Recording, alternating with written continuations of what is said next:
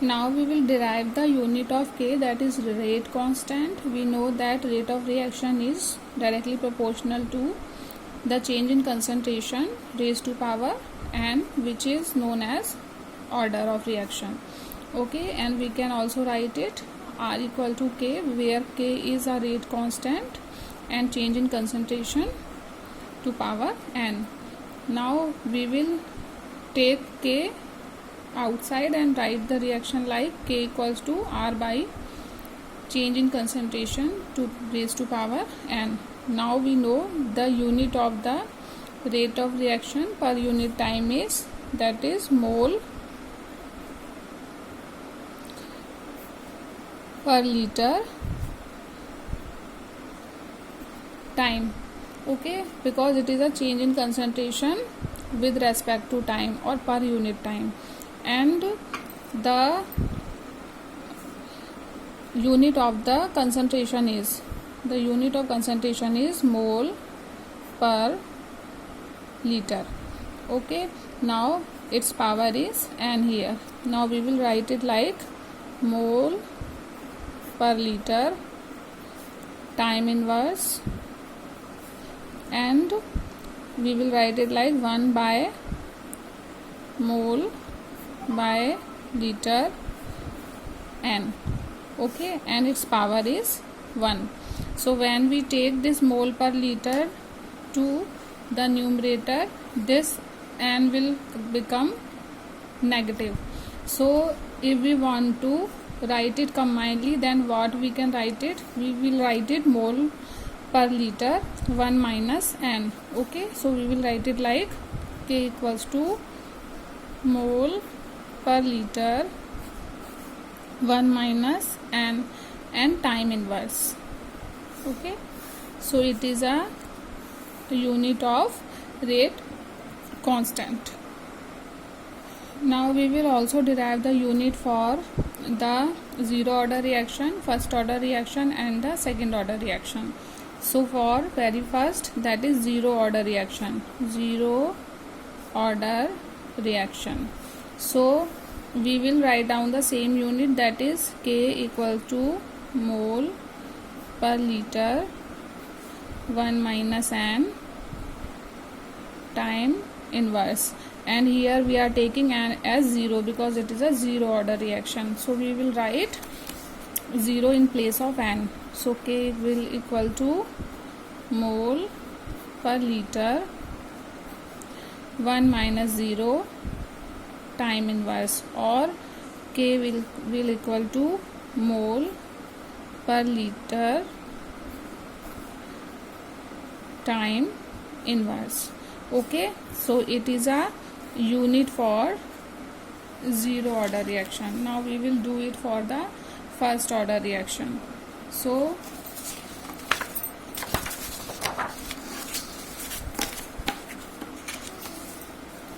for first order reaction, now the unit we derive, K equals to mole per liter 1 minus n time inverse.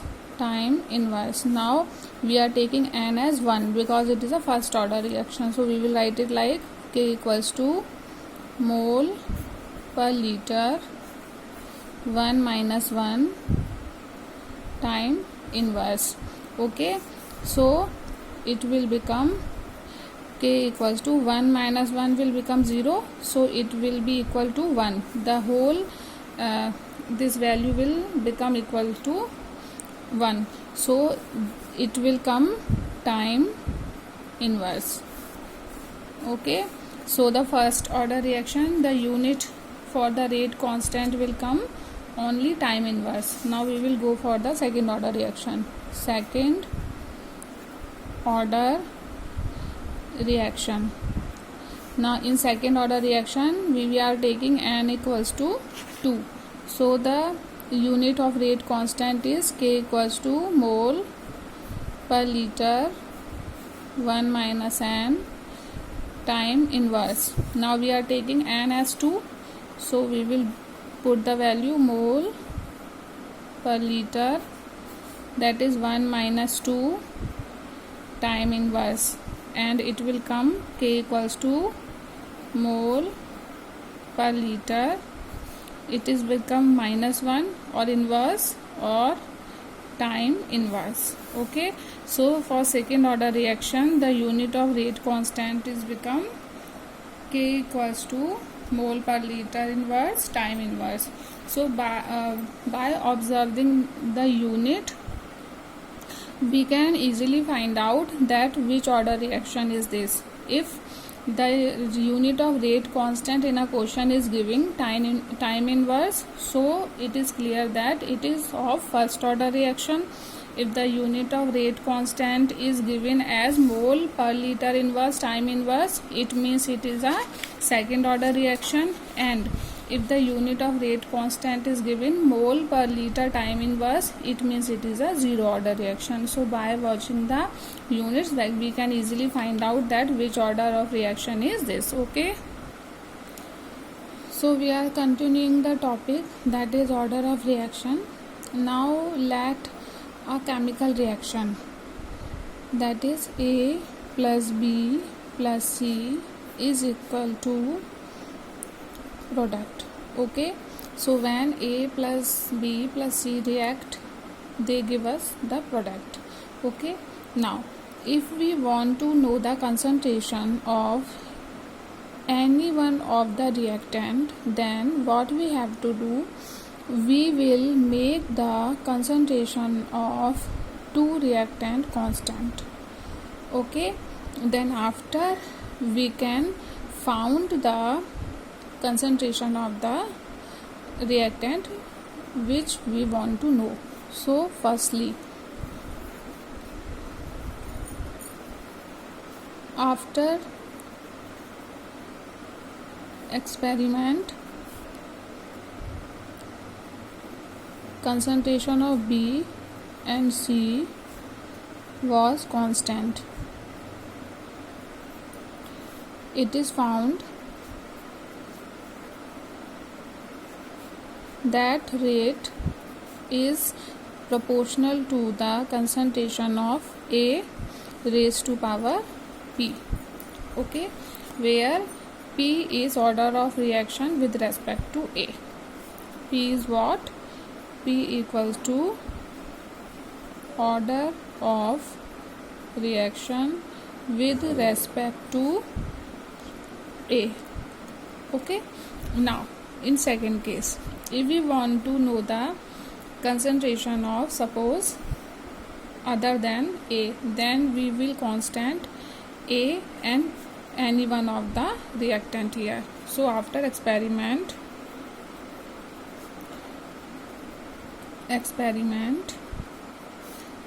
A, concentration A and the C was constant. So it is found that rate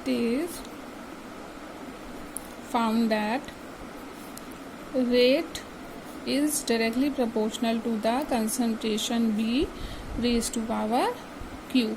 So these powers are known experimentally. We know the order of reaction experimentally. Okay, now next, third one, after experiment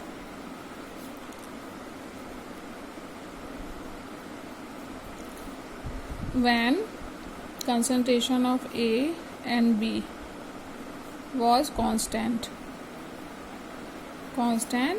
then it is found that rate is proportional to the C with raised to power R. Okay, now what is R here? R is the order of reaction with respect to C, Q is the order of reaction with respect to B, and P is the order of reaction with respect to A. Now overall order of reaction, overall order of reaction is what? N equal to P plus Q plus R. Okay, it is a overall order of reaction. Now if we want to write the rate law for the reaction. So how we will write? Rate law is that R is proportional to what? Concentration of A raised to power P, concentration of B raised to power Q, concentration of C raised to power R. Or we will remove this proportional sign, then R will be K A to power B, B to power Q, and C to power R. So it is what? It is called the rate law. This is called rate law. Okay. So if we want to know the concentration, then we have to make other reactant constant. Then we can know the concentration of any of the reactant. Now we will do the question on it. Find out order with respect to each species and overall order of the reaction. Okay. So the reaction is given. This is 2HCrO4 combined with 6I14H plus ion and give 2 chromium ions, 3 iodine molecule and 8 water molecule. Okay. So the reaction in which 6 iodine ions, 14 H plus ion and 2 HCrO4 ions are reacting together. It means what? Total how many molecules are reacting together? 18 molecules are reacting together. So this reaction will not complete in one step only. It will take the several steps to what? Complete. So we will have the just a fraction of the slowest step in which these molecules are reacting together. So the slowest step of the reaction is in which the one molecule of HCrO4 ions, two ions of iodine and 2 ions of H are combining together. So what is the order of reaction? So order of the reaction for HCrO4 is 1, for I it is 2, and for H plus ion it is what? 2. Okay. So what is overall order of reaction? Overall order of reaction is what? That is N equals to 1 plus 2 plus 2 equals to 5. So it is the answer for this question. Okay.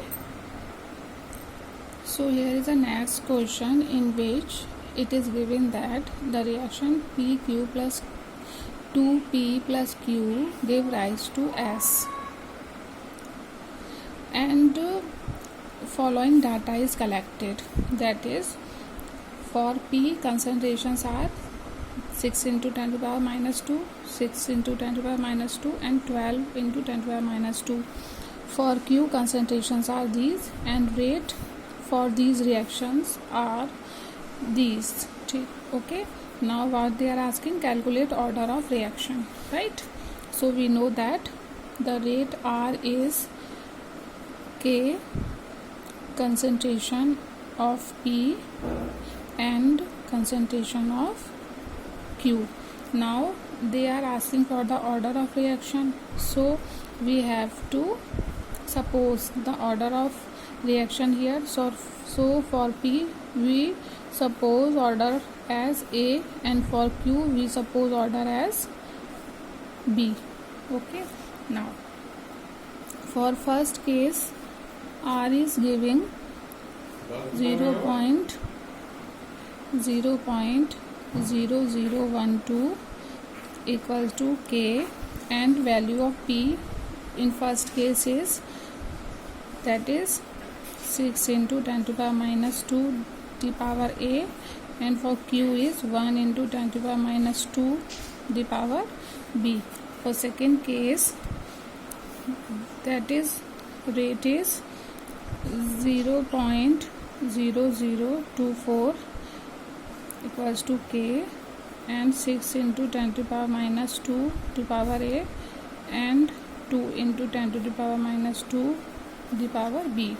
And for third case, rate is 0.0024 equal to K, and it is 12 into 10 to the power minus 2 to the power A, and 1 into 10 to the power minus 2 raised to the power B.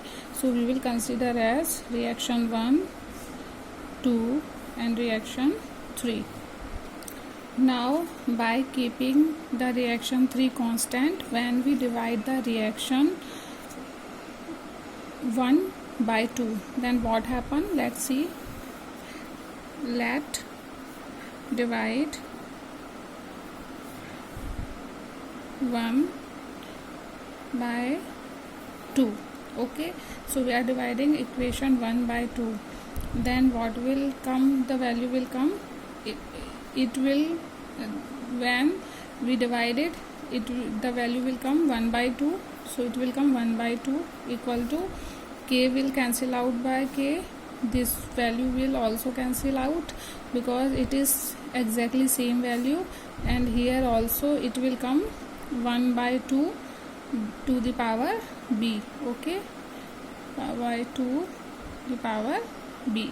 So here 1 by 2, its power is, suppose it is, because when there is no power we suppose as power 1.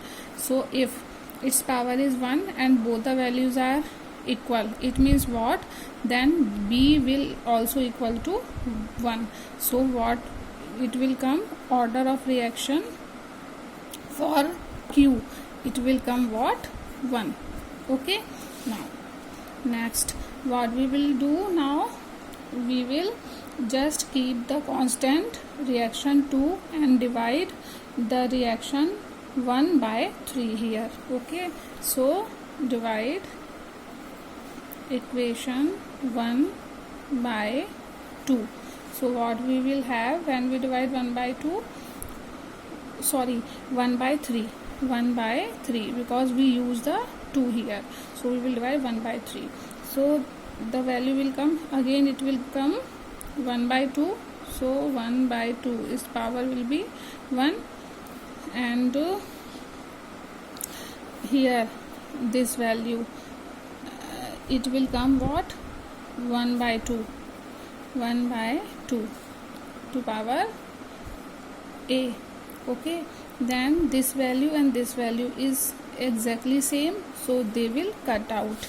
So here when these values are exactly same, so here also A will be equal to 1.